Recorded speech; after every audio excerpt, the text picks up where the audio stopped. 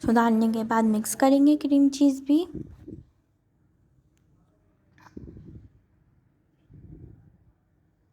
फिर हम इसके अंदर डालेंगे गार्लिक पाउडर,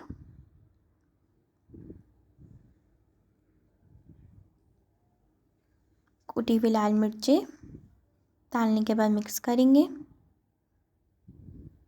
जब इसके अंदर बॉयल आ जाएगा फिर इसके अंदर हम डाल देंगे ब्लैक पेपर।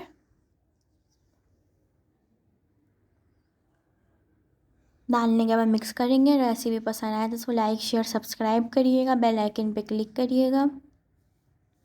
इसको अच्छी तरह पकाएंगे।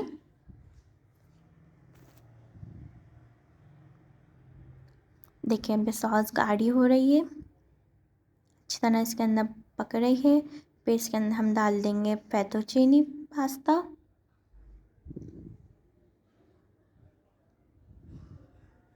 सॉस को बहुत ज़्यादा गाढ़ा नहीं रखिएगा, पास्ता को ज़रा लिक्विड रखें। बहुत ज़्यादा सॉस को गाढ़ा नहीं करेंगे, पास्ता अच्छा लिक्विड सॉस वाला अच्छा लगता है।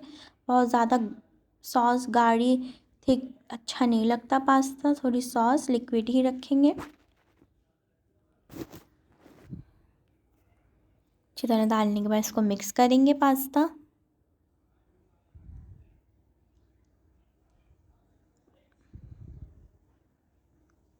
फिर हम डालेंगे लास्ट में ऑरिगेनो लास्ट में ही डालेंगे। डालने के बाद इसको अच्छी तरह मिक्स करेंगे। फिर इसके अंदर दोबारा से 1/4 टीस्पून मैंने ब्लैक पेपर डाला है।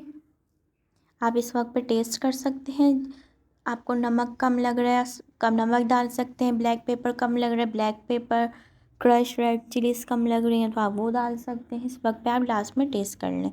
अब जो हमने चिकन बनाई थी इस तरह इसके स्लाइस कर लेंगे चिकन के, इस तरह रेस्टोरेंट में मिलती है इस तरह। अगर आप चाहें तो इसके अंदर भी मिक्स कर सकते हैं, आप चाहें तो ऊपर से इस तरह भी सर्व कर सकते हैं चिकन को, आपकी मर्ज़ी है।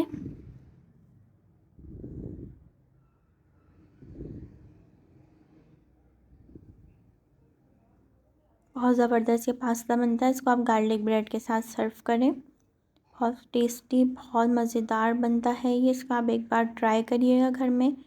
अब इस तरह हम सर्व कर देंगे जैसे रेस्टोरेंट में आपको मिलता है। जैसे आप बाज़ार में रेस्टोरेंट में खाने जाते हैं, बाज़ार में बहुत महंगा मिलता है, घर में आप बहुत सस्ता बना लें।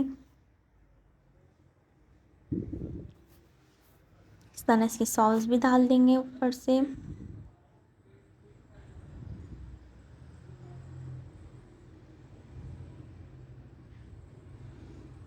इसके साथ आप गार्लिक ब्रेड सर्व करें। फिर हम इसके ऊपर रख देंगे चिकन।